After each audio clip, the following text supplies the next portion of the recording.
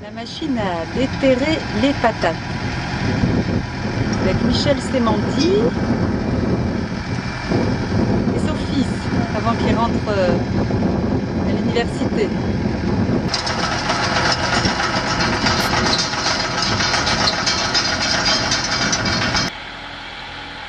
Morissette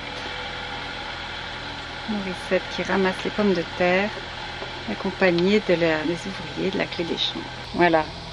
Alors, voilà la plaie, une des plaies des pommes de terre, un doryphore. Voilà. Les pommes de terre ont survécu. À lui tout seul, il n'a pas pu manger l'hectare de patates quand même.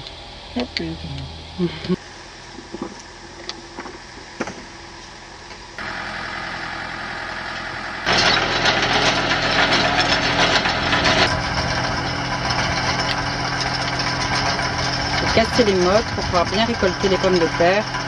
On est vraiment dans un joli paysage. Merci à Annie Clay d'avoir loué ces terres, préserver ainsi des terres cultivables, denrées précieuses dans notre région. Donc là c'est Christian qui est un client de la Clé des Champs et qui est venu par amitié les aider à récolter les pommes de terre pour comprendre mieux ce qu'ils mangent et d'où ça vient. Tout à fait, bien que je le sache déjà, mais moi je mets la main à la pâte, ça fait longtemps qu'on était mis d'accord, c'est-à-dire qu'il devait, dès que tu as un coup de bourre, tu m'appelles et un coup de main, voilà, dans ce moment. Voilà. Longtemps, avec plaisir. Voilà, c'est ça les êtres humains dignes de ce nom. Bah, c'est comme ça que je l'entends. Bonjour à tous les consommateurs de ma terre. Vous êtes avec nous aujourd'hui pour suivre la récolte des pommes de terre. Alors la pomme de terre, c'est une culture exigeante qui nécessite des sols très bien préparés avec riche en compost, de bonne fertilité.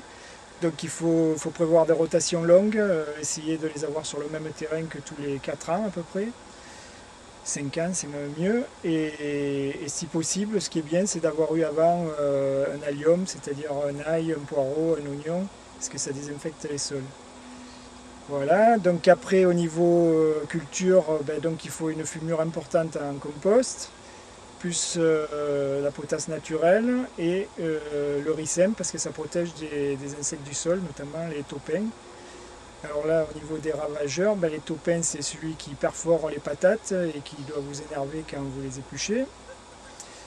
Et cette année, il n'y en a pas trop, ça sera bien.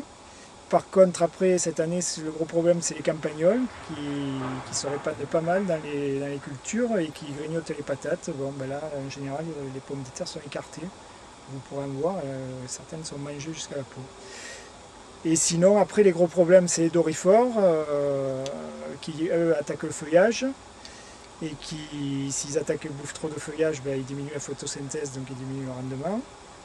Et en maladie, c'est principalement le mildiou qui s'installe quand il y a des temps propices, trop humides, tout ça, et pareil, ils détruisent le feuillage et ils réduisent les rendements, plus la conservation de la pomme de terre qui n'est pas bonne après.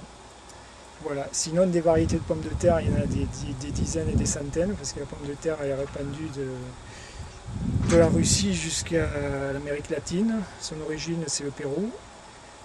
Et donc, elle est largement cultivée. Ça fait partie de ce qu'on appelle les cultures essentielles pour l'alimentation.